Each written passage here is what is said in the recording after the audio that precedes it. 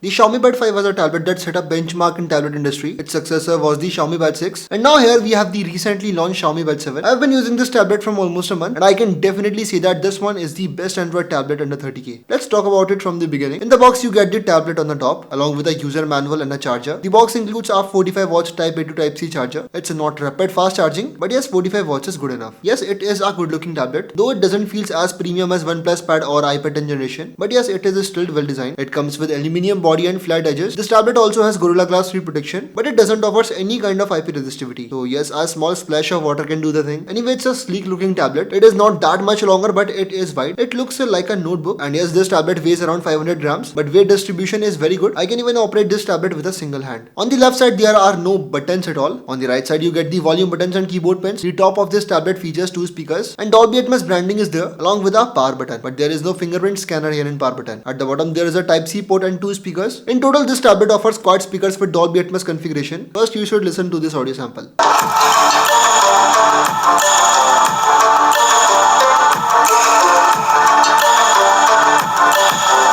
It is a really good sounding tablet. It is loud enough, but the main thing is clarity. Placement of these speakers are kind of perfect. Since you will primarily use this tablet in landscape mode, the speakers will never feel obstructed. The quality and placement of these speakers in Xiaomi Pad 7 both are spot on. Another strong point of this tablet is its display. The Xiaomi Pad 7 offers a 11.2 inches of 3.2K plus IPS LCD panel display. Resolution is 2136 by 3200 pixels, and the panel also offers 144 Hz of refresh rate. The display is stunning with fantastic panel and high resolution. For multimedia consumption, it supports HDR10 and Dolby Vision 2, and it also offers 99% of sRGB. Obviously, with 99% of sRGB, this tablet proves itself a color accurate tablet option, and it is ideal for tasks like thumbnail designing or color correction. However, I felt the brightness was little lacking. In indoors, the brightness is good enough, but in daylight conditions, even at maximum brightness, I was struggling to use this Xiaomi Pad 7. So yes, this display doesn't seem very much usable in outdoor conditions. Another downside is sharpness. Being an IPS panel display, it struggles with the black tones and slightly lack sharpness. These are nitpickings, but overall the display is very fine, and it is an excellent choice for multimedia consumption.